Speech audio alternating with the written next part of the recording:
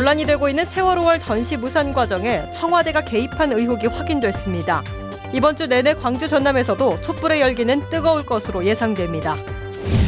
전남대 국동 캠퍼스에 권역 재활병원이 유치됐습니다.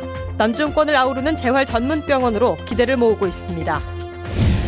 한진해운 사태로 주춤했던 광양항의 물동량이 회복세를 보이고 있습니다. 신규 항로 지원과 선사 인센티브 등 항만공사의 노력이 성과를 낸 것으로 보입니다.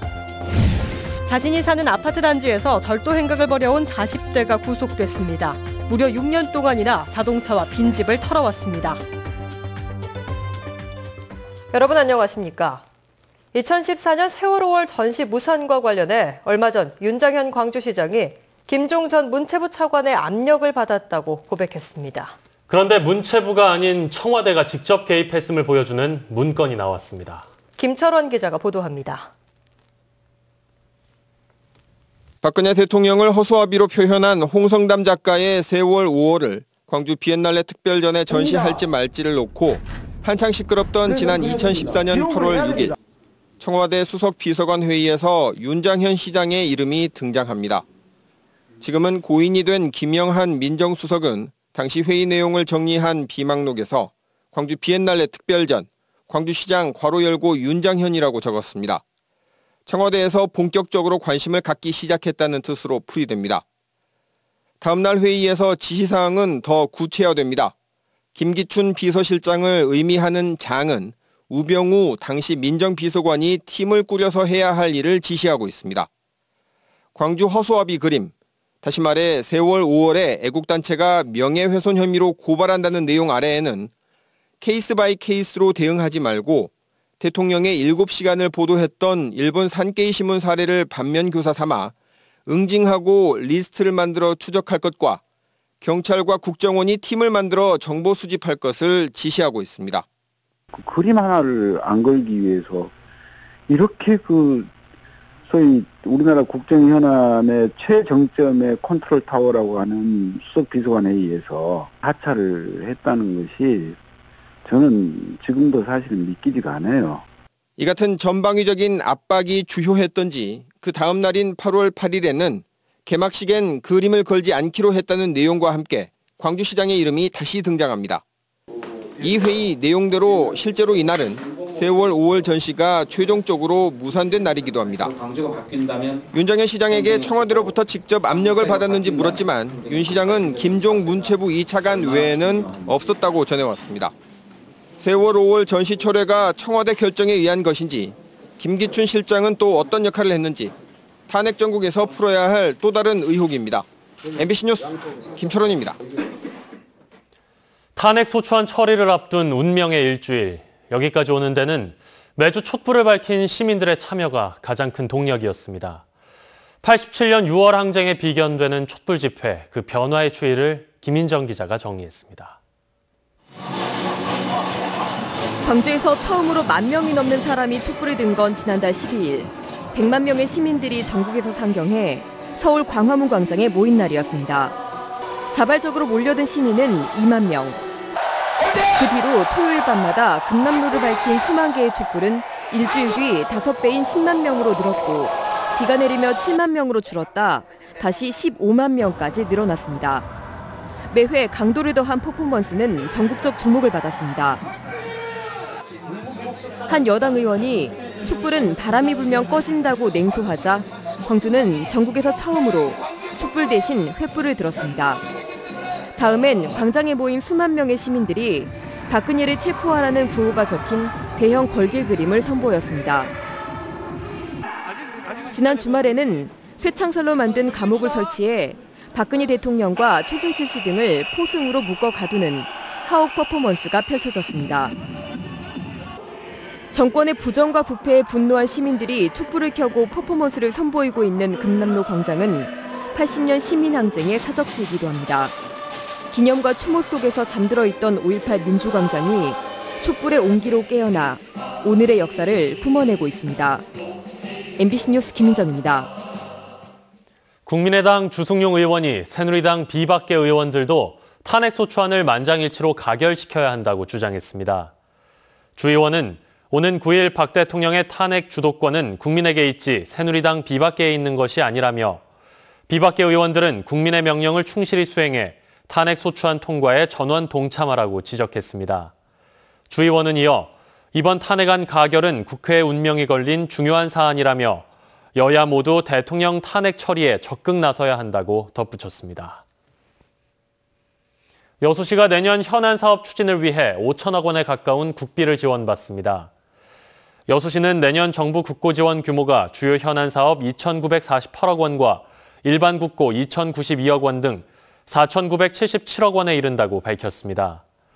국고 지원을 세부적으로 보면 여수국제교육원 150억 원, 청소년 해양교육원 19억 6천만 원, 수산물 처리 저장시설 22억 8천만 원 등이 포함되어 있습니다. 여수시는 내년 예산에 반영되지 않은 국립기상과학관과 유청소년 스포츠체험센터 등은 오는 2018년 반영되도록 노력할 계획입니다. 10년 가까이 방치됐던 전남대 국동 캠퍼스가 권역별 재활병원으로 활용됩니다. 전남 동부권뿐만 아니라 인근 남해와 하동을 아우르는 남중권 전문 재활병원이 될 것으로 기대됩니다. 김종태 기자입니다. 광주에 있는 호남권역 재활병원. 각종 사고로 후유증을 겪고 있는 환자들이 장애로 남지 않도록 재활치료에 나서는 전문 병원입니다. 전남 동부권에는 여수산단과 광양제철소 등 사고 위험이 높은 국가산단이 위치해 있고 노인 인구가 많은데도 그동안 이런 전문 병원이 없었습니다. 그런데 이번에 전남대 여수 국동 캠퍼스에 재활 전문 병원이 들어서게 됐습니다. 정부가 남중권 권역 재활병원 건립을 위한 내년도 실시 설계 용역비로 5억 원을 반영했기 때문입니다. 국동 캠퍼스 빈 땅에 지상 5층 150병상 규모로 지어지는 재활병원은 국도비 포함 모두 300억 원의 사업비가 들어갑니다. 오는 2020년까지 병원이 들어서면 전남대 병원이 위탁 운영할 계획입니다. 재활병원이 설립이 이렇게 되고 나면 아마도 전남대 병원이 위탁 운영을 하는 방식으로 추진될 가능성이 높습니다. 국동 캠퍼스의 의료보건단지를 만들 수 있도록 노력하겠습니다. 민선 6기 출범 이후 대학병원 유치에 나섰던 여수시로는 희소식이 아닐 수 없습니다. 재활병원을 시작으로 장기적으로는 화상과 응급의료 기능을 갖춘 병원으로 확대해 나간다는 방침입니다. 우리 여수뿐만 아니라 전남 동부권 그리고 경남 서부권까지 아울리는 재활병원으로서 그분들에게 많은 혜택이 있으리라고 생각이 됩니다. 캠퍼스 이전과 전남대 통합으로 그동안 적당한 활용 방안을 찾지 못하던 여수 국동 캠퍼스. 전문 재활병원 유치에 따라 지역의 재활의료단지로 새로운 변화를 준비하고 있습니다. MBC 뉴스 김종태입니다. 광양항의 컨테이너선 운항이 한진 사태 이전 수준으로 회복되고 있습니다. 여수 광양항만공사에 따르면 광양항에 일주일 주기로 정기 기항하는 컨테이너 선박의 운항 횟수가 한진 사태 직후 81항차에서 최근 86.5항차로 늘어 지난해와 비슷한 수준을 회복했습니다. 항만공사는 신규 원양 항로 개설 지원금을 지급하고 선사 인센티브제를 강화하는 등 항로 정상화 대책의 영향으로 파악하고 올 연말까지 운항 횟수를 90항차로 늘려나갈 방침이라고 밝혔습니다. 순천시의회 행정사무감사 중단 사태에 대해 시민단체가 항의 행동에 들어갔습니다. 지역 9개 시민단체 등으로 구성된 순천행위적 모니터연대는 오늘 오전 순천시의회 행자위 회의실 앞에서 행정사무감사 재개를 촉구하며 피켓 시위를 벌였습니다. 이들은 행자위 소속 의원들에게 의정비 반납을 요구하는 한편 지방자치법과 조례 위반에 대한 법적인 책임을 묻겠다고 밝혔습니다. 한편 순천시의회 박용훈 행정자치위원장은 최근 의회에서 불거진 폭언 폭행 시비와 관련해 임종계 의장의 퇴진을 요구하며 행자위 행정사무감사의 중단을 선언한 바 있습니다. 자신이 살던 아파트 단지에서 상습적으로 절도 행각을 벌인 40대 입주민이 경찰에 구속됐습니다. 범행은 무려 6년 동안 이어졌는데 임대 아파트의 방범 시설이 허술하다는 점을 노렸습니다. 보도에 문형철 기자입니다. 한 남성이 길가에 주차된 차 안에서 현금을 훔쳐 달아납니다. 영상 속 남성은 44살 박모 씨. 박 씨는 지난 2010년부터 자신이 살던 아파트 단지에서 상습적으로 절도 행각을 이어오다 결국 덜미를 잡혔습니다. 낮에는 평범한 입주민이었지만 밤에는 절도범으로 생활해왔던 겁니다. 생활고가 좀 심했어. 몸이 안 좋아서 멀리 못 나가. 박 씨는 주차된 차량은 물론 20세대가 넘는 집에 몰래 침입해 모두 2,400여만 원의 금품을 훔쳐왔습니다. 현관문 관리에 소홀한 여름철에 주로 범행이 이루어졌습니다. 날씨가 덥다 보니까 출입문을 열어놓고 방충망만 설치해두고 잠자는 경우가 많았었는데 그때 주로 범행을. 임대 아파트의 취약한 방범 시설도 문제였습니다. 박 씨가 범행을 저지른 아파트 단지입니다. 주차장은 물론 내부 복도와 엘리베이터에도 CCTV가 설치돼 있지 않아 무려 6년 동안 경찰 추적을 따돌릴 수 있었습니다. 보안장치 같은 것도 없고 CCTV도 없고 그러니까 항상 불안한 거지 우리는. 경찰은 잠깐 집을 비울 때에도 반드시 출입문을 잠그고 현금과 귀금속 등은 쉽게 노출되지 않는 곳에 보관할 것을 당부했습니다. MBC 뉴스 문형철입니다. 내년 개장 예정인 순천의 한 복합 쇼핑센터에 대형 아울렛의 위장 입점 의혹이 제기됐습니다. 순천시 상인회는 내년 2월 개장을 목표로 해룡면 남가리 신대지구 인근의 복합 쇼핑센터를 조성하고 있는 지역업체인 이유통이 전국의 대형 아울렛을 운영하는 M사와 경영 계약서를 체결한 사실을 최근 확인했다며 대형 아울렛의 지역 위장 입점 의혹을 제기하고 있습니다. 순천시는 이와 관련해 이 유통으로부터 경영계획서를 제출받는 과정에서 유명 브랜드 입점업체 유치의 한계로 M사와 경영계약을 체결하게 됐다는 입장을 확인했다며 기존 확약서 등을 근거로 법적 문제가 있는지 검토에 들어갔다고 밝혔습니다. 순천만의 생태계를 색이라는 매개체를 통해 새롭게 조명한 여수 MBC 특별기획 다큐멘터리 순천만 그 생명의 빛깔 2부가 오늘 밤 11시 10분에 방송됩니다. 제2부 갈밭의 색 일다에서는 흑두루미와 물수리, 노랑부리 저어새 등 순천만에서 월동하는 철새와 다양한 생명체들의 모습을 생생한 영상에 담았습니다. 특히 이번 다큐멘터리에서는 러시아에 있는 바스텍 흑두루미 보호구역과 그곳에서 생활하는 흑두루미의 모습이 공개될 예정입니다.